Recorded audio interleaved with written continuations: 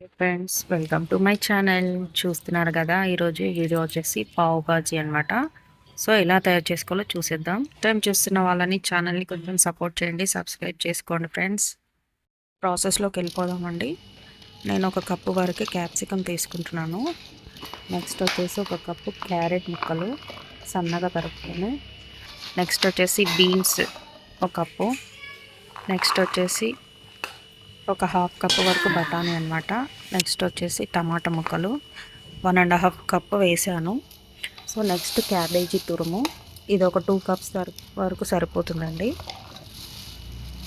సన్నగా తరుముకొని అలా వేసేసుకోవాలి.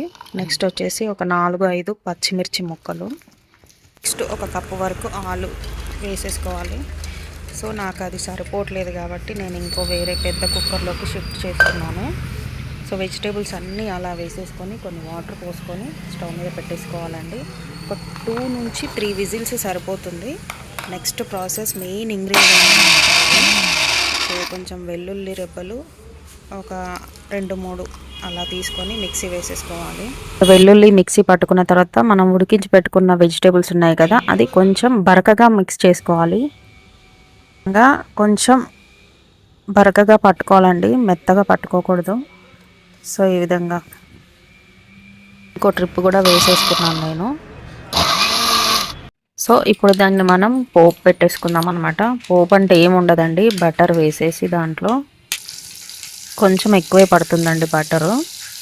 ఒక 2-3 క్యూబ్స్ వేసేసుకుంటే, నేనైతే 4-5 వేసాను.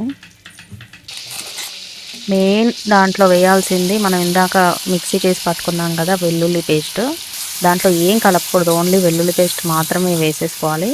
దాంట్లో మంచిగా వేగాలన్నమాట. అలా వేగిన తర్వాత దాంట్లో కొంచెం కారము, కొంచెం పసుపు వేసి బాగా కలుపుకోవాలి. సో కొంచెం మంచిగా పచ్చివాసన పోవాలన్నమాట. సో నెక్స్ట్ దీంట్లో పావ్ బాజీ మసాలా వేసేసుకోవాలి.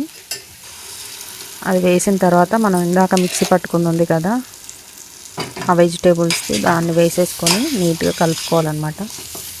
కొంచెం మంచిగా ఆ మసాలా అంతా దానికి పట్టేలాగా కలిపేసుకోవాలి. సో ఆ విధంగా కొంచెం లైట్గా వాటర్ వేసాను. వాటర్ వేసిన తర్వాత కొంచెం కలుపుకోవాలి అలా. సో నెక్స్ట్ సాల్ట్ వేసుకుంటున్నాను, కొంచెం కొత్తిమీర. నెక్స్ట్ ఆ కర్రీ కొంచెం దగ్గర పడేంత వరకు స్టవ్ మీద ఉంచేద్దాం. నెక్స్ట్ ప్రాసెస్ చూసుకుందాము. సో పెనం తీసుకొని దానిపైన కొంచెం బటర్ వేసి, చూస్తున్నారు కదా పావులని మధ్యలోగా కట్ చేసుకొని ఆ విధంగా పెనం మీద వేసేసుకోవాలి. సో 2 సైడ్స్ అలా బటర్ వేసి కాల్ చేసుకోవాలన్నమాట. చూస్తున్నారు కదా ఆ విధంగా. సో ఇది అంతలోకి దగ్గర పడిపోయిందండి. సో రెడీ అయిపోయిందండి. చూస్తున్నారు కదా, సర్వ్ చేసేసుకోవడమే.